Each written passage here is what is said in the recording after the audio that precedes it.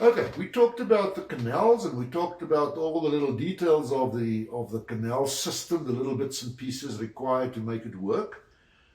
Who were the farmers? Because now suddenly there can be lots of small scale irrigation farmers on a big piece of land where there may have been only 2 or 3 farmers before. So in about 1924, a company was formed. And this company is a private company. We didn't know exactly when they started to consider this whole scheme. But the point is, when this whole system was being built, the dam and the canal system, it caught the attention of someone, and they decided to form a company, buy up a piece of land, and then split it up into small parcels, and then recruit farmers to come and farm on this land and work out a system. Now, this company was called the African Irrigated Land Company. Now, the first published material that we know, that we have of them, was a prospectus. When they got everything sort of sorted out and they got all the details, they made a little book, and that book they used as a recruitment tool to find people to come and to hopefully start, make a new life. Remember, we must not lose overall context here. This was a tough time all over the world. This was a few years after the First World War, and I don't think anybody, the current generation, has no idea of the very deep scars and economic devastation and devastation of millions of people that went along with the First World War. So everybody was suffering. Internationally, there were all sorts of problems. In South Africa, there were lots of people out of work, poverty, people returned from the war, or people that did not return had families left in the lurch. Very difficult times. So to address this problem, they took this perspective, that's the African Irrigated Land Company, and they marketed in 2 directions. The one direction, they tried to get people from overseas. And for that reason, they distributed this prospectus at the 1924 British Empire exhibition in London. And that specific perspective, you could see, was written with the with the objective of recruiting overseas people. But then they had another version of the same prospectus, which they also used within South Africa to try and get South Africans to come and stay here. Now, if we look at this perspective, it's a thick document of about 30-40 pages. Just look at 3 pages from here. The cover page is on the left, irrigation farming in South Africa. And the middle part gives a little bit of detail about the company itself. And I'll speak a little bit more about the main person within that company. And then on the very 3rd or 4th page, there's a welcome from Graaff-Reinet. I think that's the first myth we have to dispel here.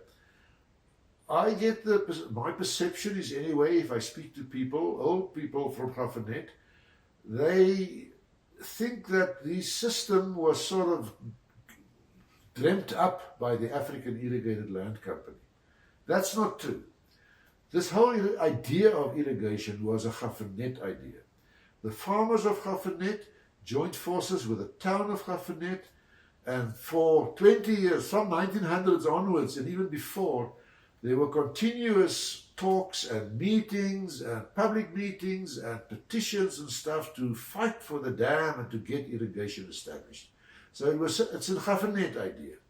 The way I understand it, the African Irrigated Land Company was sort of, once it was sort of going and it had momentum, then they stepped into this whole project. But to prove that welcome from Graaff-Reinet makes for very interesting reading today. I'm going to show it in closer here. There was a whole bunch of people signing this thing, something like 70 people. They actually apologized in the prospectus for only putting a few signatures and names here because they had so many more. But here they say, we the undersigned, representing the banking and commercial interests of the town of Graaff-Reinet and the agricultural interests of the district. And they continue, we wish that those to settle, we can promise a neighborly welcome, and we looked at the system, it's conceived on sound and business-like lines, and offers advantages and attractions and so forth. So the town of Graaff-Reinet was just as active in marketing the scheme than the African Irrigated Land Company, because there were mutual interests, I think, for everybody in there. If we move on to the list of the undersigned, what you see on the right are the signatures in the prospectus, as well as what the prospectus had to say about these people. Not all of them are legible to me. Some people may make out more names, and please let me know. But you see people there like the mayor, Herbert Urquhart. You see the managers of the bank. You see the merchants, William Asher, a well-known guy. You see the farmers. You see the wool merchant, Tilbrook. You see the broker, Poole, also a well-known Gaffernet family. The editor of the Advertiser. You find Solomon Raphael, who was the grandfather of the better-known Sylvia Raphael. He was a councillor and also a farmer in the district for a while. Interesting list of names which may ring a bell with some of you that are watching. Okay, the driver of this entire thing was a remarkable man with the name of Isidor William Schlesinger. He was born in Hungary, but at a very young age, probably an infant or a toddler, his family moved to America. And Schlesinger grew up in New York. And apparently when he was about 18 years old, he left New York. And the story goes that he told his mother, "The next time you see me, I'll be a millionaire." He was a very dynamic, energetic person his entire life. Very diminutive. He was short. He was 5'2", if you can imagine that. So he's really not a tall person, but a real dynamo of a person. And it's absolutely incredible to see how quickly he built an empire beyond belief. At one point in his life, there were 120,000 people working for him. At the time of his death, there were 86 companies registered, which he was the chairman of, and we're not counting some of the companies that came and went in his working life. That was what was remaining when he died. They say that actually at one point he owned 80,000 merino sheep, and I strongly suspect those merino sheep were kept on the parts of the land that he bought at Kendru, which were not used. The parts that were not used for irrigation, but normal Weidingsland. But anyway, that's Schlesinger for you. He made his money out of all sorts of businesses. In fact, there was a recent book by him, or not on him, a biography, printed in 2025, I think. There's not a single word written in that book about the Kendru system, because that seemed to be a very, very small part of his empire of other interests. But he's known as the father of cinematography in South Africa. He was into entertainment business. All the major cities had big movie houses and stuff. It's all Schlesinger. He dabbled in banking. He dabbled in insurance. And interestingly enough, he did quite a bit for agriculture. I was familiar with the Zebedila estate. He started that as his idea. And at one point, he had 1 million citrus or orange trees at Zebedila, which was the largest single citrus farm in the world. Now, of course, sadly not going anymore. He was involved with the Kendru estate, as we know, and I was told by Johannes van Rensburg that he was also involved with at least 3 other enterprises: pineapples in the King Williamstown area, apricots in the area here near Cookhouse, and he had interest in the Tel, and there may be more. So what a remarkable person he was. He is the scapegoat, I guess, in the mind of many people why the system didn't work. But I don't think that was willful. There are reasons why the system didn't work well, which is not the topic of this video, maybe later. But he certainly would not have tackled this thing if he did not think there was good money to be made out of the irrigation in the Sundays River Valley.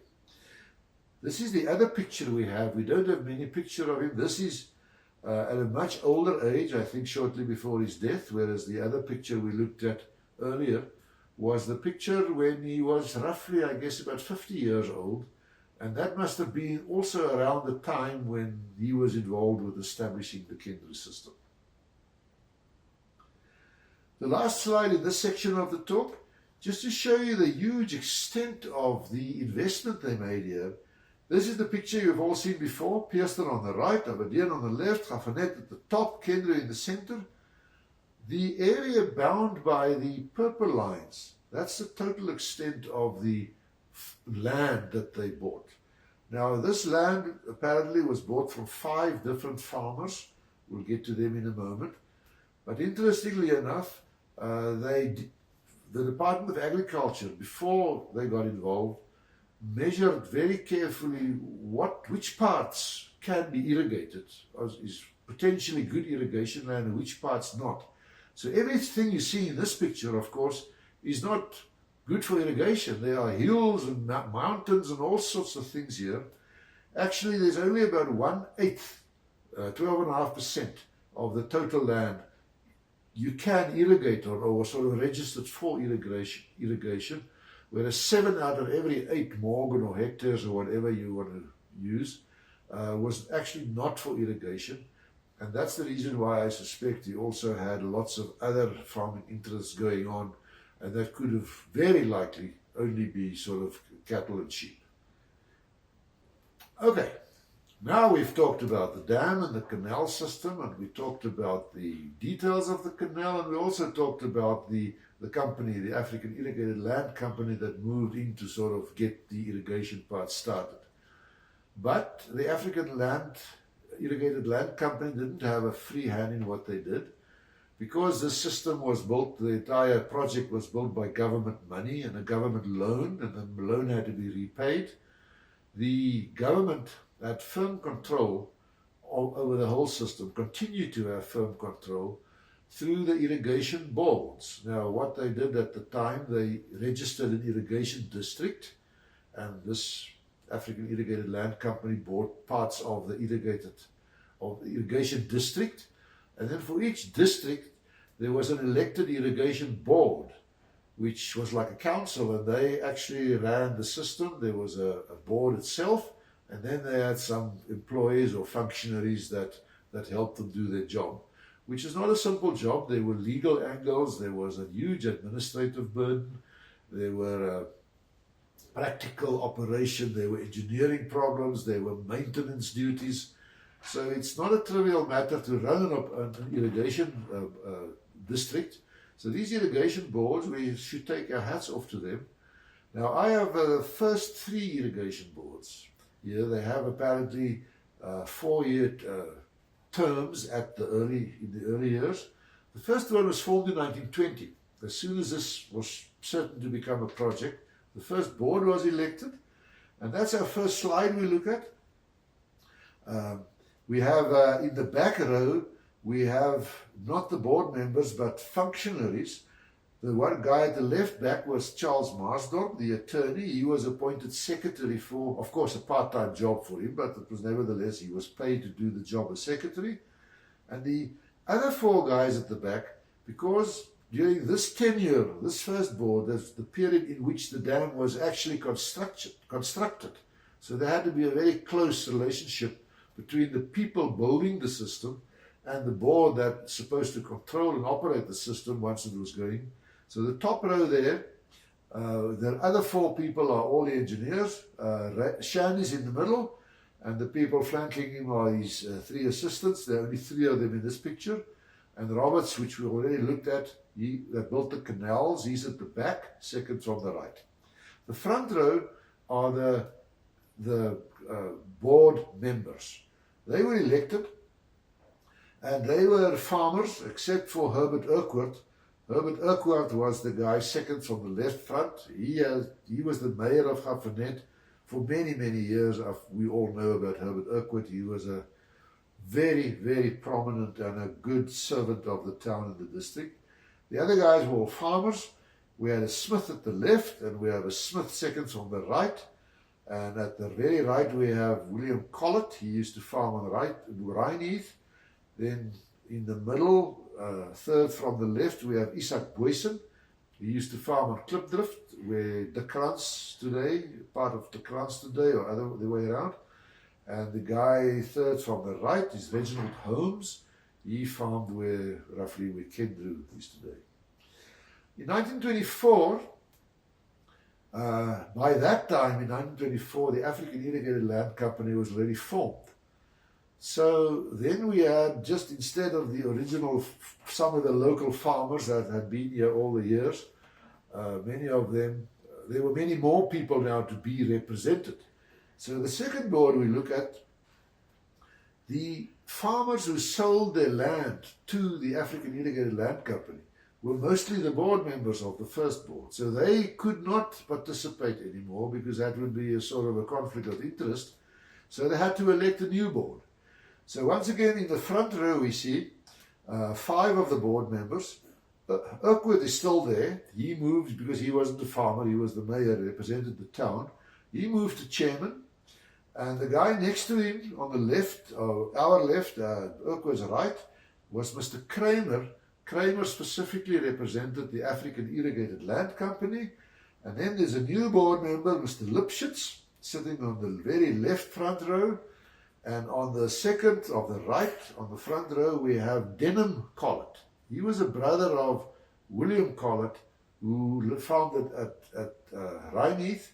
But Denham Collett was also a farmer, but he did not sell his land to the African Irrigated Land Company. So he was eligible for the board and he was elected.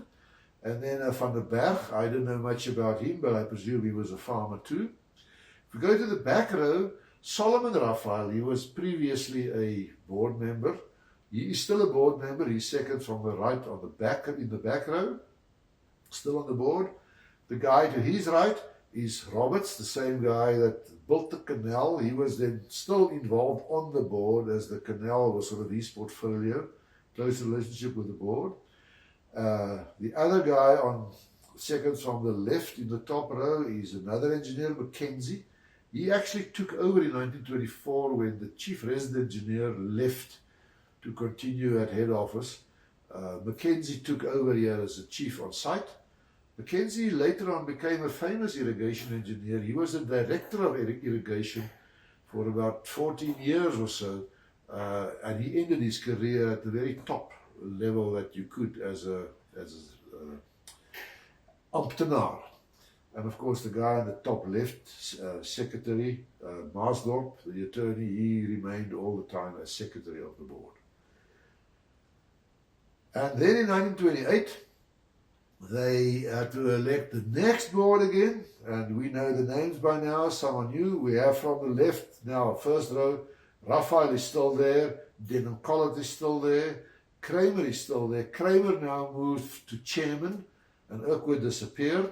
Janssen is a new board member. Van der Berg was on the previous board, and if we look at the back row, we have from the left we have Hughes. He was a sort of the senior engineer or the engineer of the irrigation board. Then we have Lipschitz. He was a board member. He also was on the previous board. Then we have another engineer who we're very grateful for. He stayed with the board until the end of 1933. But he wrote a wonderfully detailed paper on all the problems that they had during the first years, adapting the system, fine-tuning the system, scheduling the times of year, and the lengths and the sequence of how the farmers would get water. A very precious document, which I don't believe there are many irrigation districts that even have those records anymore. I had to make extensive use of his stuff in researching this. And of course, on the right back, it's still Maasdorp. He's still the secretary. He continued to be until the end of 1932. So that's a talk on this. And I hope we should all take our hats off to these old people. Not all their plans worked. The irrigation system, as we know, for a set of reasons we won't talk about now, did not pan out the way it should. But they had the get up and go and the energy and the vision just to make things happen. And I take my hat off to all these people, these early pioneers of the Graaff-Reinet farming community and of the town itself. Thank you for the opportunity.